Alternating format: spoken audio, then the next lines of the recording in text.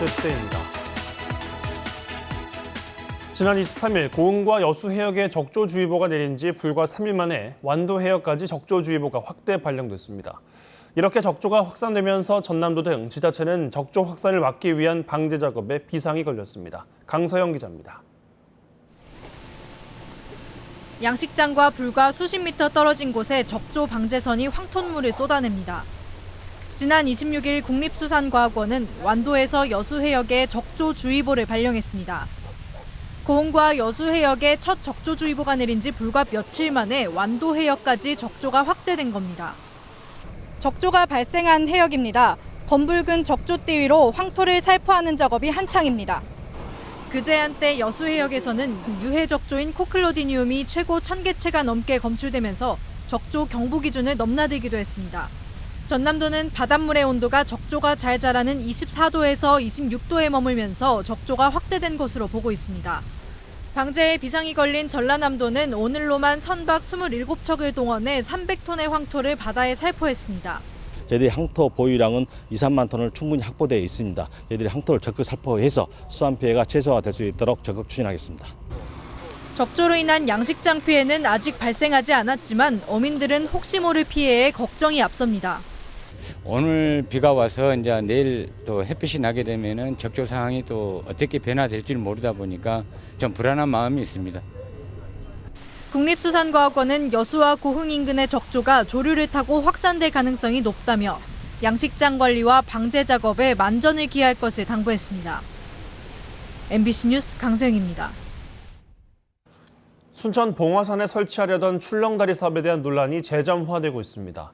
순천시가 출렁다리를 동천으로 옮겨 설치하겠다는 입장을 밝혔는데 환경단체는 1인 시위를 시작하며 백지화를 촉구하고 있습니다. 박민주 기자가 취재했습니다. 순천시청 앞입니다. 환경단체가 출렁다리 사업 백지화를 촉구하는 1인 시위에 나섰습니다.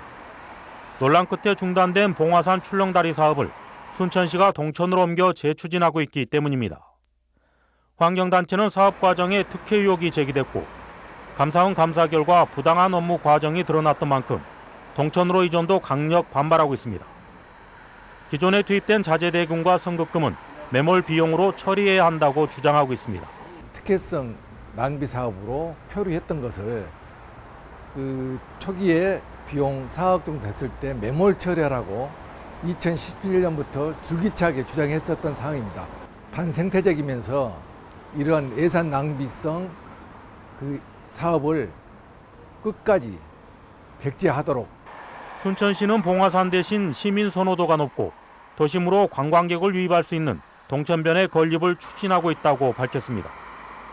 사업비는 30억 원 규모로 기존에 제작된 자재를 활용해 동천 저류지와 맞은편 산책로 154m 구간을 연결할 방침입니다. 계획대로라면 이달 말 착공해 올해 말쯤 완공합니다. 동천을 산책하는 시민들이 동천 저류지와 동천 좌변 또 동천 우변을 연결하는 보행교 역할까지 할 수 있고 또 국가 정원과 저류지 주차장이 옆에 있어서 관광객 유입 효과까지 기대하고 있습니다. 지난 2016년 봉화산 둘레길에 추진됐던 출렁다리 사업. 3년간의 표류 끝에 동천변으로 이전이 재추진되면서 백지화 2라운드 공방이 일고 있습니다. MBC 뉴스 박민주입니다.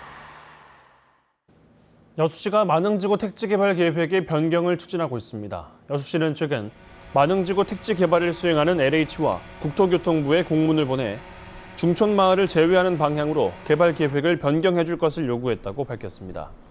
LH 측은 이에 대해 다수 주민들의 의견일 경우 수용하겠다며 중촌마을 대표자들에게 전체 주민 의견 조사를 요청한 것으로 전해졌습니다.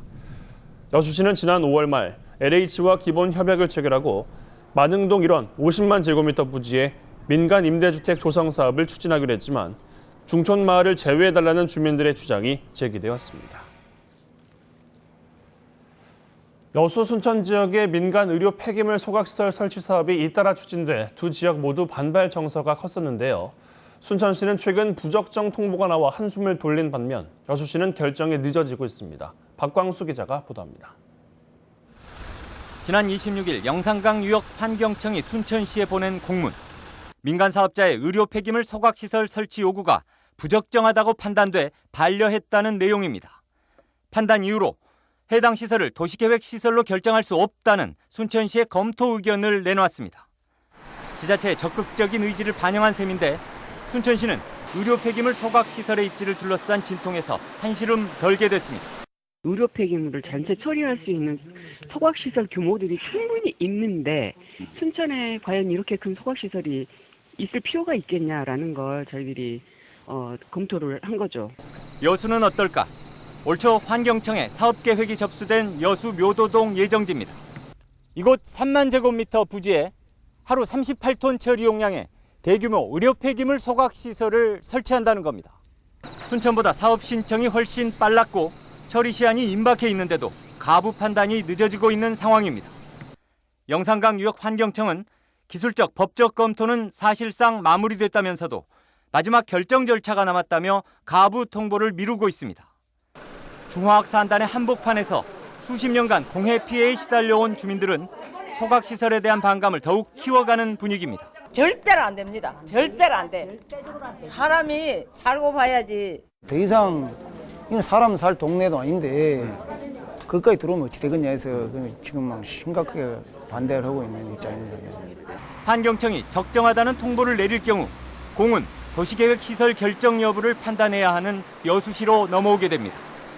6개월 이상 사업에 공을 들여온 적극적인 투자자와 극심한 반발 민원 사이에서 환경당국과 지자체의 대응이 주목됩니다.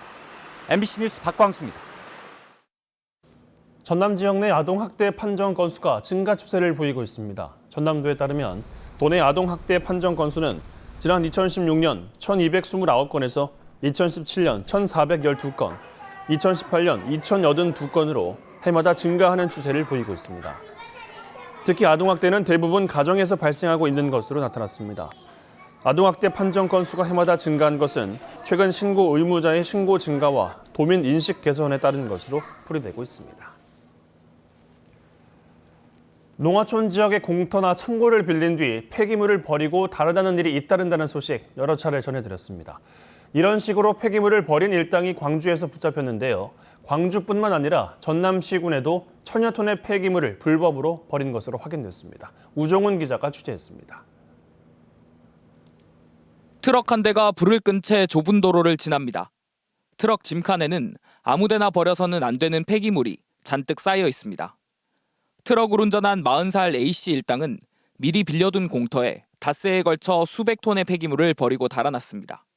이곳에는 보시는 것처럼 운동화와 플라스틱 여행용 가방 등 재활용되지 않는 폐기물들이 무단으로 버려져 있습니다. 이제 먹고 살라고 좀 할란데 또 깁쇼 그러더라고. 근데 우리도 몰랐지. 처음에는 아니 그거 여러 할 거라고 생각도 못했죠. 이들은 폐기물을 시중가보다 절반 정도 낮춘 가격에 처리해주겠다며 처리 업체들의 접근에 돈을 챙긴 뒤 폐기물을 농촌 지역에 버리고 달아났습니다. 지난해 11월에도 이 일당은 담양군 한 창고에 같은 수법으로 폐기물 900여 톤을 무단으로 투기했습니다. 창고 임대인은 이들이 버리고 간 폐기물 처리 비용 2억 원을 고스란히 떠안았습니다. 총 비용 한 2억 4천 정도 들어가고 치우려고 하니까 이제 돈이 있는 게 아니라서 그거 하려면은 파는 방법밖에 없겠더라고요. 이런 식으로 A씨 일당은 전남 5개 시군에 천여 톤의 폐기물을 불법으로 버렸습니다. 경찰은 A씨 등 2명을 구속하고 이들에게 싼 가격으로 폐기물을 넘긴 폐기물 처리 업주들도 수사할 계획입니다. 뻔히 뭐가 그 폐기물 처리 업자라는 걸 알면서 줬었기 때문에 같이 공범으로 해가지고 수사가 진행될 것 같습니다. 불법으로 버려진 폐기물은 전국적으로 총 31만 톤에 이르는 것으로 추정됩니다. 환경부는 추경 예산을 투입해 올해 말까지 불법으로 투기되거나 방치된 폐기물을 처리할 계획입니다. MBC 뉴스 우종훈입니다. 네, 국내 첫 세계 대학 역도 선수권 대회가 내년에 강진군에서 치러집니다. 지난주에 현장 실사가 이뤄졌는데요. 선수단 숙소 문제가 지적을 받았습니다. 박영훈 기자가 취재했습니다. 국제대학스포츠연맹에서 나온 실사단이 내년 세계대학 역도 선수권 대회 준비 상황을 둘러보고 있습니다. 현장 실사에서 지적을 받은 건 숙박시설.